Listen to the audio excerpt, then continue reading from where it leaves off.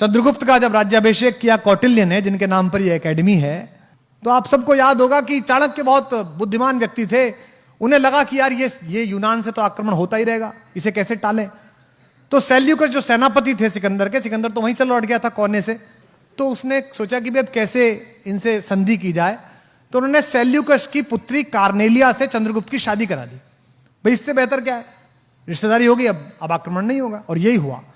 भारत में सम्राट चंद्रगुप्त का वंश बहुत दूर तक फैला।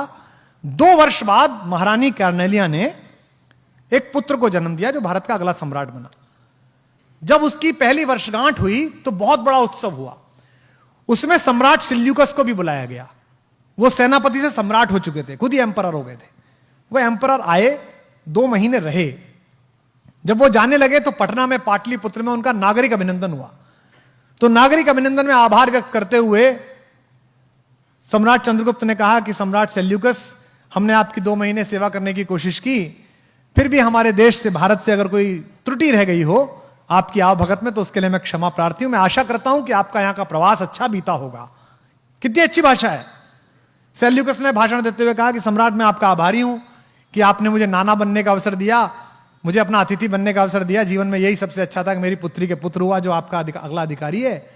बड़ा अच्छा प्रवास रहा, बड़ी अच्छी आपने सेवा की। बस एक शिकायत है, अगर आप कहें तो मैं कह दूं। सम्राट ने कहा कि बताइए क्या शिकायत है।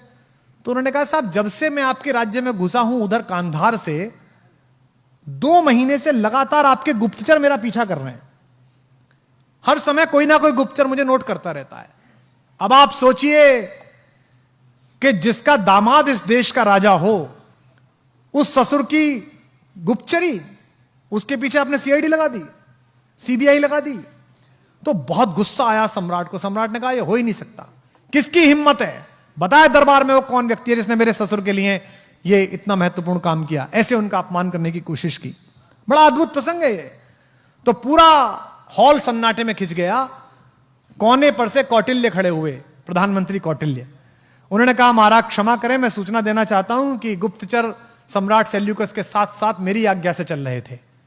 अब अपने गुरुजी से क्या कहते हैं सम्राट। तो उन्होंने कहा कि मैं बहुत शर्मिंदा हूं गुरुजी, अगर कोई और होता तो उसका मैं दंड देता, पर मैं आपसे केवल यह पूछना चाहता हूं कि आपने ये अभद्रता क्यों की, आपने मेरे ससुर का यह अपमान क्यों किया।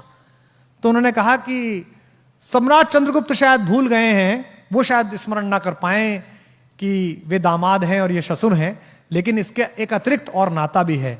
सम्राट सेल्यूकस दूसरे देश के राजा हैं जो मेरे यहां विजिट पर हैं, और प्रधानमंत्री और गृहमंत्री होने के नाते मेरा कर्तव्य है कि बाहर से आने वाला राजा किससे मिल रहा है, क्या बातें कर रहा है, अपने राष्ट्र के हित में मैं जानूं और आपको सूचित करूं, इसलिए मैंने यह काम किया। तो आप इस देश के लिए, इस समाज के लिए, इस परिवार के लिए, इस गांव के लिए महत्वपूर्ण बनिए। उसके प्रति उत्तरदायी बनना अधिकारी बनने के बाद